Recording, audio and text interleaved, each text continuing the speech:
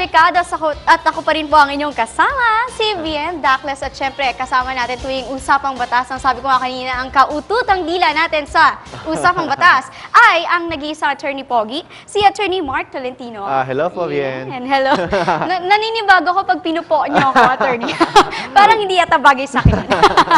Anyway, so yan, mabalik tayo, attorney, dun sa hanging question natin kanina. Yes. Ano po ba yung mga parusa na haharapin ng isang akusado sa sexual harassment? Ang sexual harassment, hindi lang siya isang labor issue, hindi lang siya tinatawag na educational environment issue, hindi lang siya civil liability issue, may criminal aspect din ang sexual harassment. So when say may criminal aspect, may liability as a crime. So may kulong yan na 6 months imprisonment hanggang 1 month imprisonment hanggang 6 months. 6 months. Okay? Then may fine pa na 10,000 pesos hanggang 20,000 pesos. Okay? Then aside sa sexual harassment, pwede ka maging liable ng sexual harassment plus acts of lasciviousness. Hindi siya exclusive. So pwedeng dalawa. As long as yung elements ng sexual harassment, nandun, elements ng acts of lasciviousness, pasok. Kung yung isa hindi pasok, of course, yung isa pwedeng ipasok. Kasi when say sexual harassment, the mere demand, mere request, mere requirement ng sexual favor is already a crime of sexual harassment. Yun yan. Ito, attorney, yung tungkol dun sa mga ipinapatol nating parusa dyan sa sexual harassment. Ayun, nabanggit nyo kanina, pwede nating i-tandem siya, i-combine siya with acts of lasciviousness. Yes, tama yan. Dun ba sa weight, kapag pinag-compare natin yung dalawa, ano po ba yung mas mabigat, yung sexual harassment or yung acts of lasciviousness? Almost the same lang. Almost the same lang. Kasi depende yan sa weight, but almost the same. Depende sa act. Depende sa act yan. But actually, ang acts of lasciviousness, may mga requirement. Whereas, when you say sa sexual harassment, mas mabilis i-prove. Kasi good faith is not a defense. Yes. And mere demand, mere request is already a crime. In fact, verbal acts is already sexual harassment. While when you say acts of lasciviousness, ang kulong niyan, may hanggang 6 years na kulong pala. So mas mataas konti ang yung acts of sa kulong. But ang requirement ng sexual harassment, acts of lasciviousness, mas mataas. Mas mahirap i-prove ang acts of lasciviousness kaysa sexual harassment. Yung acts of lasciviousness, attorney, pwede ba nating ipasok dyan kung kunwari, isinulat niya lahat ng nakasulat, hindi siya verbally binigay yung act na yun, kumbaga ginawa niya in written form. Pwede yun? Yes, pwede. Kahit love letter. For example, si boss, sumulat ng love letter, mag-date tayo ngayon ha, or then tomorrow, i-promote kita. Okay. Then ganon. That's only sexual harassment. Pwede rin sa text, pwede rin sa email. Yes. Sexual harassment na yan. It's parang pwede, ito mas matibay siya kasi may ebidensya Yes, as long as ginagamit niya yung authority niya, yung influence niya, yung moral ascendancy niya sa biktima. In fact, hindi kailangan yung demand niya, yung request niya tinanggap. In fact, kahit tinanggap ng biktima, pasok pa rin ang sexual harassment. Paano, attorney, kung ang kanyang ang act niya, idinaan niya sa isang biro? Pag nagbiro siya, pwede ba yun? Kung pa-biro lang, actually, depende sa sitwasyon. As long as yung joke ni boss, ginamit niya yung authority niya, yung influence niya, yung moral ascendancy niya, there's already a crime. Kasi sabi ng batas, pasok ang sexual harassment kahit na walang condition for promotion, good terms and conditions employment, as long as yung joke niya will cause intimidation, hostile environment, offensive environment, pasok pa rin ang sexual harassment. For sexual harassment, na pag-usapan natin, attorney, usually sa isang workplace kasi siya nangyayari or sa educational institution. Pasok din ba dito, attorney, yung mga amo natin at yung kasambahay? Pasok. Pasok yan. It's part of employment kasi, attorney, no? Kasi ang work, there's employer-employee relationship. So, pasok yan.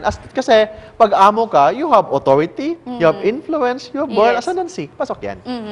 Talagang, so, pag ganun, attorney, pero ito ba, pag kunwari, kagaya na nabanggit natin kanina, pag hindi ka nagsalita, ikaw, kumbaga nawi-witness mo yung nangyayari, hindi ka nagsalita, ano yung liability niya?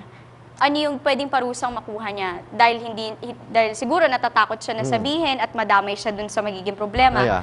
Ano yung magiging liability niya dito? Yung nakaka-witness pero hindi siya nagsasalita. Yung nag-witness lang, walang liability. Kasi wala naman siyang obligation na sabihin yun eh. Of course, he has the obligation, pwede siyang tumulong. But kung tumahimik siya, walang problema yan. But yung tao na nag-induce ni amo na gawin mo yan, yung parang or bridge pa ni inutusan parang gano'n, nag-bridge pa siya sa secretary at saka sa amo, pwede maging liable ng sexual harassment as a principal accused. Hindi siya pwedeng masasabi na accomplice or accessory kasi mag-apply lang yan sa mga crimes under sa revised penal code. But under sa special law, hindi kasama yung mga accessories and accomplice. Pero attorney, ang sexual harassment ba is a public crime? Yes, it's a public crime. So pwede kahit sino reklamo? Kahit sino. Basta but ang sexual harassment is a special law. Special law. When we say special law, good faith is not a defense. It means yung pag-joke ni amo, sabi niya good faith lang, biro lang yon, but yung joke niya cause intimidation, cause hostile environment sa kanyang sa biktima, pasok pa rin ang sexual harassment. Kasi hindi defense ang good faith ni boss or ni amo. As long as yung epekto sa kanyang joke, yun ang pasok ang sexual harassment.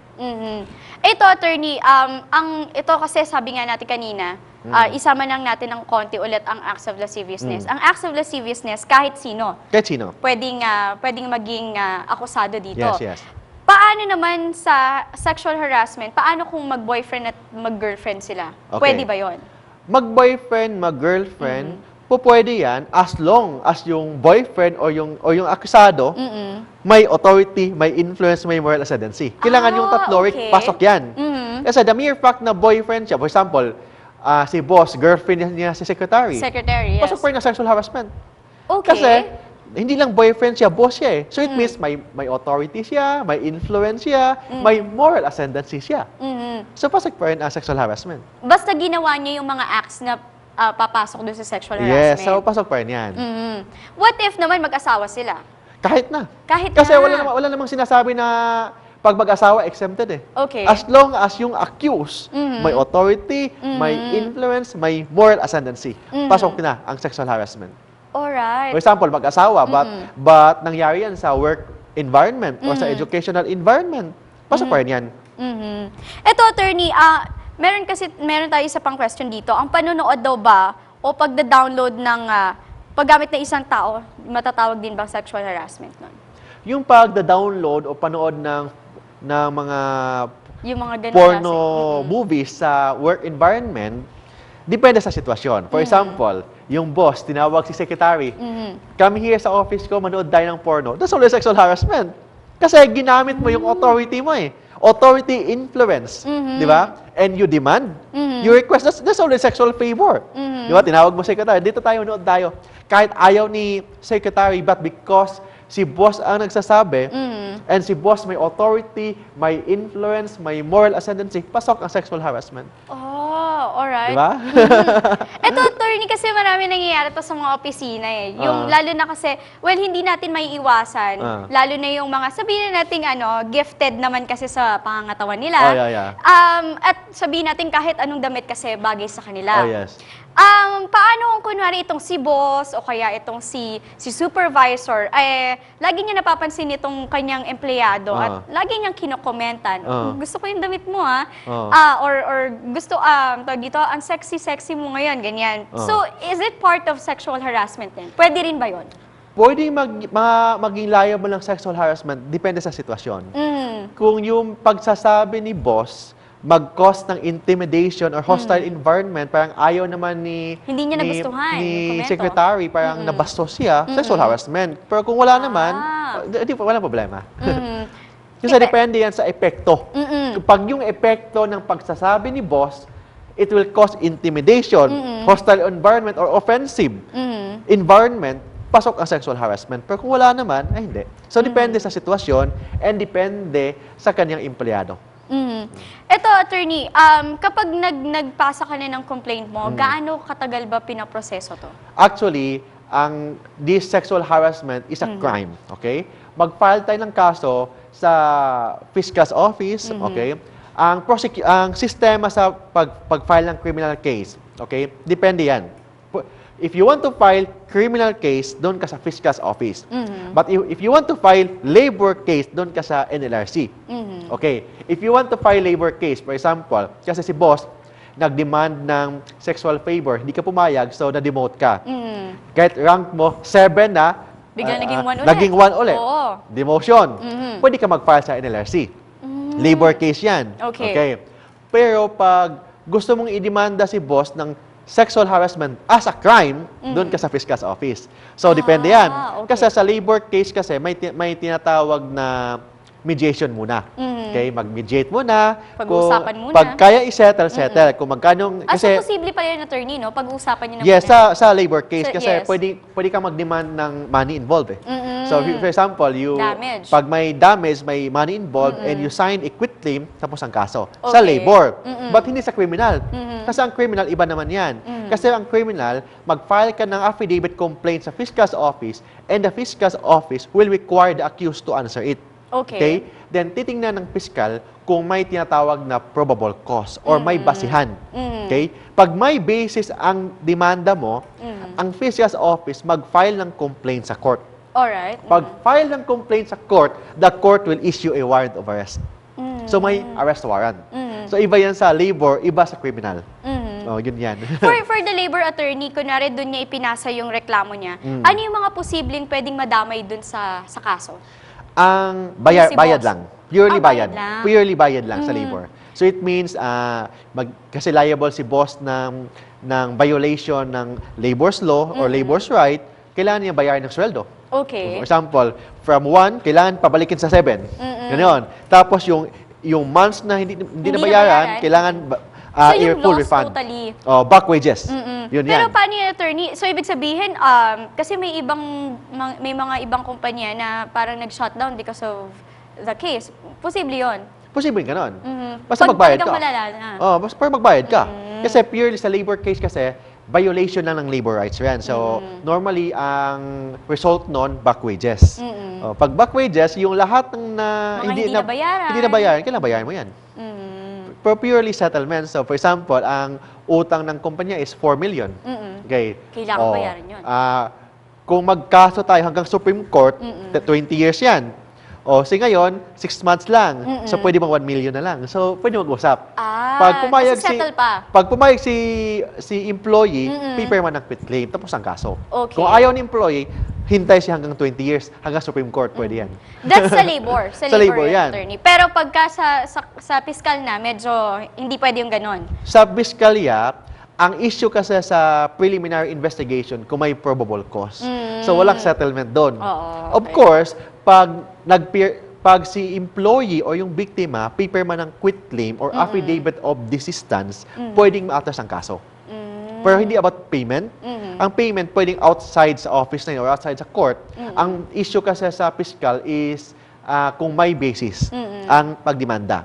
Kasi pag na-file na yung fiscal's office, nag-file ng kaso sa court, the court may issue a warrant of arrest. Pag may warrant of arrest na, kulong na yan. Kulong. So, and of course, it's bailable. Ito na lang, attorney, one last question para sa episode natin ngayong araw na ito. Ano ba yung attorney, lalo na doon sa mga namumblema kung paano nila sasabihin? Kasi una, sabi mo nga, attorney, part of parang factor para masabi mong sexual harassment is parang na-deprive yung employee or yung estudyante, di ba? Tama. So, syempre, may hiya factor. Oh, yeah. Paano yung attorney? Sino yung pwedeng tumulong sa kanila? Kanino sila pwedeng humingi ng tulong, kausapin para mai-push itong kaso na ito? Kaso. For example, sa mga empleyado, pwede silang pupunta sa tinatawag na Human Resource Department ng kumpanya.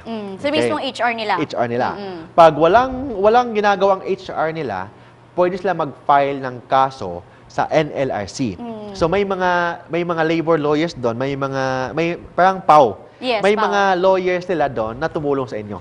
Okay? Attorney, wait lang i-insert lang ako. So, ibig sabihin yung HR, pwede rin ba silang kasuhan dahil hindi sila tumulong sa'yo? Yes, pwede. Ang tawag doon kasi sabi po ng batas, if if the boss, the employer, through the HR, kung alam nila na may sexual harassment na nangyari sa company nila, tapos wala silang ginagawa, solidarily liable for damages. Same level. Same levels. With the boss. Yes, so ganun yan. Okay. So it means may obligation talaga sila na kailangan to do action. Gumawa talaga ng action tungkol Yes, yan. kung may sexual harassment na nangyari. Kasi the employer or the boss may obligation to prevent sexual harassment activities sa kanyang kumpanya. Alright. Okay. Yung next naman, attorney, paano pagka sa school naman? Pag sa school, sa mga school, like sa De La Salle University, kasi professor ako ng De La Salle, may grievance committee. Meron sa doon. Pwede doon magreklamo. Kung walang ginagawa ang grievance committee, actually, pwede ka mag-file directly sa Priscas office. Oh, okay. Yes, because it's a criminal case. You can file a complaint. Kasi yung grievance committee doon is only purely administrative. For example, you want to file a case against a professor kasi bastos yung professor. Yes. So, ang result, ang penalty nun, itanggal ang professor or suspension. Yun lang. But with respect sa, kung dumerso ka sa Priscas office, kulong yun. So, iba yun, iba ang kaso. So, Okay. depende kung anong gusto mo, admin ba, criminal ba, or labor ba. Pero for the institution, attorney, pwede silang humingi ng tulong sa parang sa discipline nila. Yes, or- sa HR. Sa HR. Sa HR, Parang sa HR din oh, nila. may discipline board yata ang HR. Parang ganun. So, pwede doon. Pwedeng doon. Alright. Ito na. Dahil mauubusan na tayo ng oras. Ito, attorney, i-plug nyo na lang yung inyong kung saan kayo pwedeng tawagan, paano namin kayo may reach, Yes. para dun sa lalo na yung mga maraming gustong itanong tungkol sa mga legal something. Yes po, pag may mga tanong po kayo about sa legal issues, legal problems, you can like po my Facebook page po sa tatlong www.facebook.com/MarkTolentinoLaw. Or pwede po kayong tumawag sa aking landline sa 209-6203. Or I repeat, 209-6203. Or sa cellphone po natin sa 0917-329-5353. I repeat po, 0917-329-5353. Or you can visit po my website sa tatlong www.marktolentinolow.com. At hindi mahirap i-reach si attorney kasi kahit sa Facebook na mag-message ka lang, Yes, I can magre-reply answer si it. attorney. Yes. As of now, I think mga 40,000 followers na po. Wow! Parang talong-talong kami dun 40,000. O yun. Then I receive, I think, 100 or 300 messages a day. A day. A day. Puro mga legal nila. Actually, palaging issues. about family problems. Kasi attorney, di ba yun yung parang Oh, isa yun sa ang mga practice natin. Oh, practice. yes. Ayan. Eto, attorney, bago ko hinga ng iyong advice, lalo na dun sa mga may kaso ng ganito, Yes. marami to, estudyante. Oh, yes. Tsaka mga empleyado na namumblema at gusto na, yung iba, gusto na umalis sa opisina nila dahil tama sa yan. sexual harassment. Eto, ang natutunan ko lang naman dito, simple lang. Lalo na pagdating sa opisina, ito, very, very common wear something decent. Tama Kasi minsan, at madalas madalas doon ang uumpisa kasi yung sexual harassment Lalo na with the boss na medyo, sabihin natin may problema doon sa mga ganyang, something na medyo yun yung nakikita nila kung paano ka manamit, kung paano ka magsalita, it's part of it. So, minsan, mas importante na maging simple ka lalo na sa pagdating sa opisina. Yes, ang tawag dyan, respect is earned. Yes, not respect demanded. is earned. Yes, definitely. So talaga importante yon na kung ano yung image na pinapakita mo sa opisina or even sa school, dapat yung kumbaga respectable talaga. Yes, yes. Ayan. Ito naman, bago tayo magtapos totally, ay hingan ko muna ng advice si Attorney Mark tungkol dito sa sexual harassment. Okay. Yung sexual harassment kasi is a crime, okay? So, if you think na you're a victim of a sexual harassment, you have to file, you have to fight for your right. In fact, nakasaad po sa ating saligang batas that it is the policy of the state to give full guarantee of human rights and give full dignity of as a person, as a human being. So, if you think that you're deprived, so you have to file a case. But yung sexual harassment kasi, nag-start yan sa self-respect. And respect is earned, not demanded. Definitely. Tama. It's earned, not demanded. At saka, sabi nga kanina, kumbaga, practice your rights. simpleng Yes. humingi ka ng tulong sa HR, ganyan. Tama yan. It's your right naman to ask for their help naman. Ayun. So ito, isang magandang usapan na naman dito sa Kompletos Recados at sabi ko nga ang ating kausap tuwing usapang batas at ngayon nga ay sexual harassment ang ating pinag-usapan. So susunod, marami pa. At alam ko, attorney, marami din gusto magtanong sa'yo tungkol dito sa sexual harassment. Yes. Humingi ng tulong sa inyo. Yes, Anytime, walang sabi nga ni attorney, you can contact him or kahit sa Facebook lang, mag-message lang kayo. Sasagutin naman kayo ni attorney. At ito na, sa susunod na linggo, maraming usapang batas na naman ang ating pag-uusapan. At pasamantala, medyo mag-goodbye muna kami ni Attorney Mark. At ako pa rin ang inyong nakasama. Kasama natin si Attorney Mark Tolentino. Ako po, si Bien Dacles, dito pa rin sa Kompletos Kompletos Recados. Bye!